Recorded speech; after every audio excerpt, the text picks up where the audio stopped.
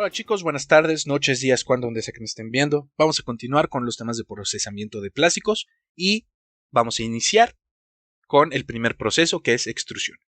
Pasamos al iPad para poder estudiar el tema. Como les decía, extrusión de plásticos. ¿En qué consiste la extrusión de plásticos? Pues bueno, la extrusión de plásticos es un proceso en el que consiste de procesar un plástico que esté en forma de pellet para sacar un perfil, una lámina o una película a través de un dado. Y para eso se necesita una máquina de extrusión, que es la que están viendo en la imagen del PowerPoint. La máquina de extrusión que están viendo se encuentra en el laboratorio de procesamiento de plásticos de la Facultad de Ingeniería. ¿Y cuál es su funcionamiento? Pues el funcionamiento de la máquina de extrusión es, primero, transportar el material del inicio de la máquina al final de la máquina. La segunda es fundirlo, porque pues no tiene caso meter un sólido y pues con el sólido no se puede obtener así tal cual el perfil que les comentaba, ¿no? El siguiente proceso es bombear o pues transportar con una cierta presión el material, homogeneizar el material, que quiero decir que lo que yo meto pues son unidades completamente separadas y lo que tengo que sacar es una cosa completamente homogénea. No tiene que haber restos de este tipo de materia prima. Y lo siguiente es conformar, o sea, darle forma a este plástico fundido que está dentro de la máquina a algo en específico. No sé, un perfil un perfil cuadrado, un perfil de ventana, un perfil de impresión de 3D. ¿Sí? ¿Cuáles son sus partes de este tipo de máquinas? En la diapositiva ustedes están viendo dos. La primera es la tolva, que es la que está en la izquierda, esto que parece como una pirámide acostada. La tolva es la parte del equipo donde se va a recibir el material, donde se va a meter. Generalmente viene en forma de, la materia prima viene en forma de pellets en un costal. Entonces simplemente el operador lo que hace es subirse y verter todo el material. Ahora, hay equipos más, pues, equipos periféricos complejos que lo que hacen es succionar el material de otro lado en un silo donde está el material y como aspiradora lo transportan del silo a la tolva automáticamente, de tal forma que se procure que siempre haya material adentro. ¿Por qué les digo esto? Porque el proceso de extrusión es un proceso continuo. Si se deja de interrumpir la alimentación del material, pues podría haber problemas, porque el hecho de que deje de haberlo implica que el flujo se vea afectado y a la salida del material va a ser menos. Déjenles explico. Cuando nosotros estamos extruyendo perfil de 3 milímetros o de 1.75, siempre hay material, pues siempre va a estar saliendo ese material constante. Y cuando deja de haber material, pues deja de salir material. Por lo tanto, ese perfil empieza a reducir su diámetro, hasta que se rompe.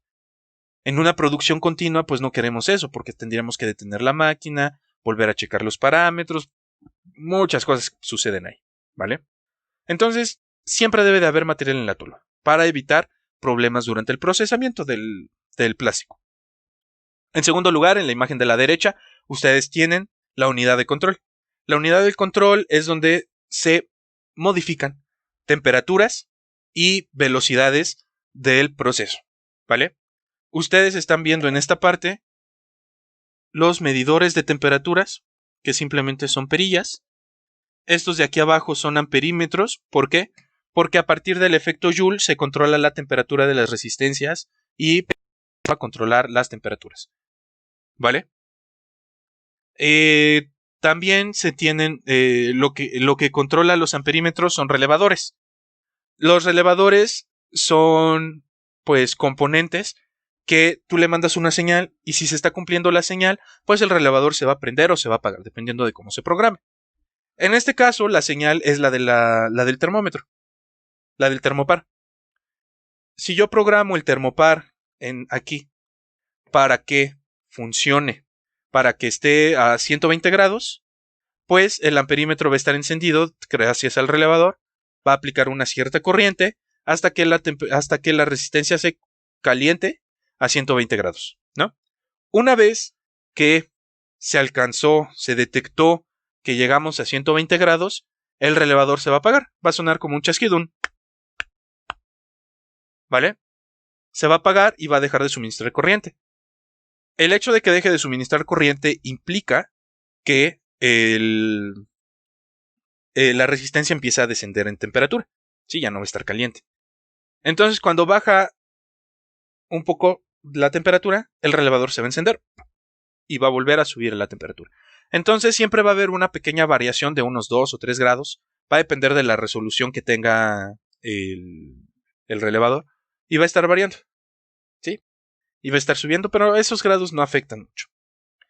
Cada termopar tiene asignada cada zona a lo largo de toda la máquina. Esas zonas las voy a explicar después.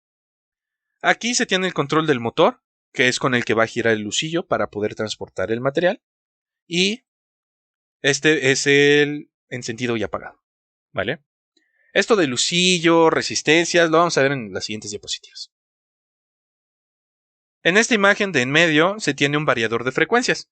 Este variador de frecuencias lo que hace es controlar la velocidad del motor con el que se va a mover el usillo del equipo y poder transportar todo el material. Aquí en esta imagen lo que se tiene es la camisa, que es todo esto. ¿Sí? Todo eso es la camisa. Si nosotros hacemos un zoom, adentro de la camisa se tiene el usillo, que lo vamos a ver en las siguientes imágenes. No se apure. Todo lo que ven aquí, estos cables blancos, por ejemplo, son lo que conectan los termopares a las resistencias. Las resistencias son estas que ven aquí. Las resistencias son en forma de cincho porque van a rodear a la camisa que va a guardar al usillo. Entonces, la camisa se calienta por efecto Joule. La camisa va a calentar, perdón, las resistencias se van a calentar por el efecto Joule, que a su vez van a calentar por transferencia de calor a la camisa. Y adentro, pues, esa temperatura va a afectar al comportamiento del polímero. ¿Qué hay de la camisa? Pues bueno, es esta la camisa, la imagen de la camisa. La camisa tiene que tener ciertas características especiales. Tiene que ser duro y tiene que ser resistente a la temperatura. No se puede deformar por temperaturas y no debe de rayarse debido al flujo del plástico que hay adentro de la camisa. Generalmente están hechos de algún tipo de acero inoxidable. ¿Por qué inoxidable? Debe de ser acero inoxidable porque adentro está pasando un flujo de plástico. Ese plástico a veces tiene contenido de agua, tiene humedad adentro, o cuando se degrada suele desprender gases. Entonces, esos gases o humedad no deben afectar a la superficie del polímero, porque si lo afecta, pues estamos dañando eso y el flujo se va a ver muy afectado. Otra de las características que tiene, pues, es su recubrimiento exterior. Puede tenerlo o no. Si lo tiene, es un cerámico, es un recubrimiento de cerámico para protegerlo de la temperatura que recibe de las resistencias. Aquí es donde pueden ver de mejor manera la forma que tienen las resistencias en cincho. Estas resistencias, pues les puedo decir, son un poquito caras, la verdad. Y cuestan alrededor de 5,000 o 6,000 pesos. Y pues quien la rompe la paga en el laboratorio, por ejemplo, ¿no? Es divertido ver cuando los del servicio social andan quemando este tipo de cosas y pues híjole, pues hay que pagarla, ¿no? Esto que ven aquí, acá, es el termopar, que está midiendo la temperatura. Y pues bueno, todas estas barras metálicas son las que conectan a las resistencias. Por debajo, aquí se ve un cable. Por debajo es que se conectan a todos los controles de la unidad de control para poder medir la temperatura, para poder regularla. Ahora bien, aquí viene una de las partes más interesantes de la máquina, y es el usillo. El usillo es un tornillo sin fin. Es un tornillo sin fin con sección transversal variable. ¿A qué me refiero con eso? El usillo, para empezar, tiene un principio y tiene un fin. El principio del usillo siempre va a tener un diámetro menor que el fin del usillo. Y lo podemos ver acá. Va a tener un diámetro inicial y va a tener un diámetro final. Cuando nosotros estamos hablando, te dice, ¿de qué diámetro es tu usillo? ¿De qué diámetro es el husillo de tu máquina? Siempre hablan del final, ¿vale? Como dato extra. Quédense con eso. Bien, les decía que tiene un principio y un fin. ¿Cómo lo pueden saber? Primero por el diámetro y en segunda porque el fin tiene una punta. Acá. El tipo de la punta va a variar dependiendo del polímero que quieras procesar. Aunque generalmente existen husillos pues genéricos o universales para procesar diferentes tipos de materiales. Otra de las características que tienen los husillos es de que sus hélices no son completamente rectas, sino tienen un ángulo inclinado, ¿vale? Un ángulo de hélice. Ese ángulo de hélice pues también va a variar y va a depender bastante del tipo de polímero que se quiera producir. Si quieres producir solamente un polímero en especial, pues es necesario o recomendable que compres un husillo para solo procesar eso. Pero si eres una empresa que se dedica a procesar muchísimos materiales, entonces pues uno universal varía. Un universal vale. Otras de las características que tienen, pues es el paso, que es la distancia que hay entre las hélices. Existe el ancho de la hélice y la profundidad del canal. ¿Qué es la profundidad del canal? Pues es la distancia que hay desde el punto máximo de la hélice hacia el husillo, hacia el corazón del husillo yo lo llamo. ¿Vale? Esas son geometrías importantes que se necesitan para poder calcular el proceso. Ahora bien, el husillo se suele dividir en 3 zonas. La primera zona es la zona de alimentación. La segunda es la de compresión. Y la tercera, mejor dicho, es la zona de dosificación.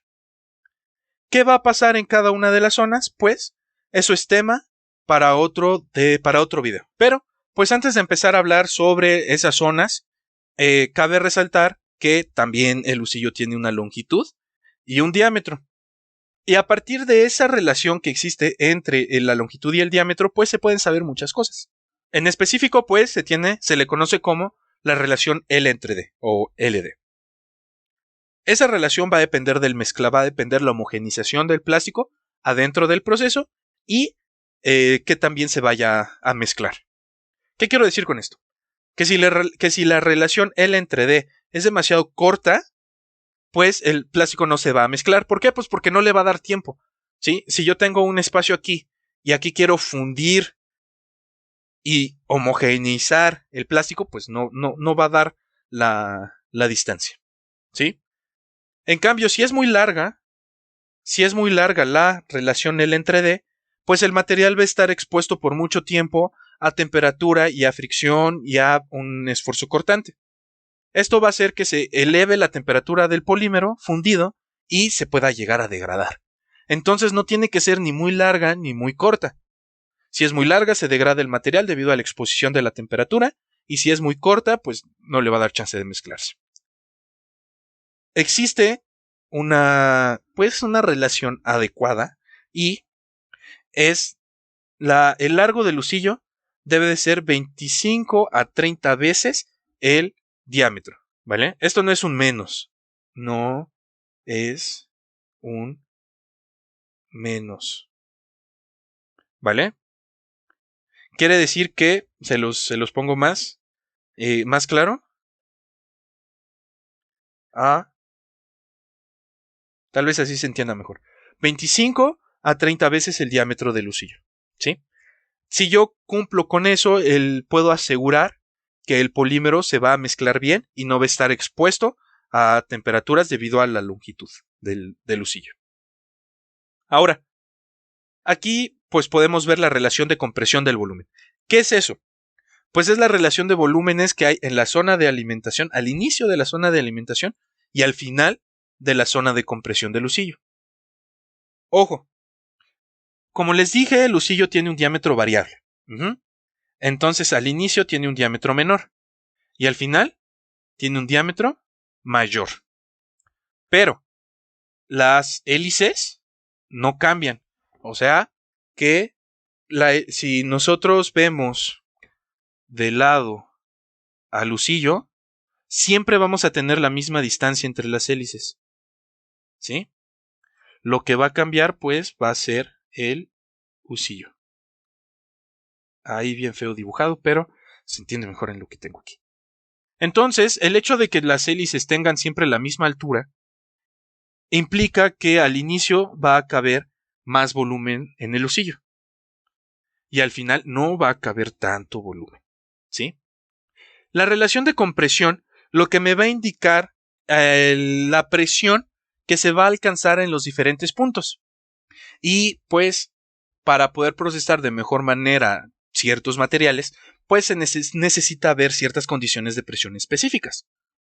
Por ejemplo, para procesar polímeros como el polietileno de alta o baja densidad y el PET, pues se necesita que haya una relación de compresión de 2.5 a 1, ¿vale?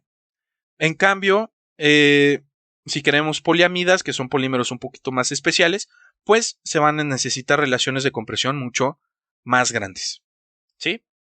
Ahora, ¿qué es lo que vamos a ver en el siguiente video? En el siguiente video vamos a ver qué sucede dentro cuando el polímero se está fundiendo y los cálculos de los caudales para poder obtener piezas de la mejor manera.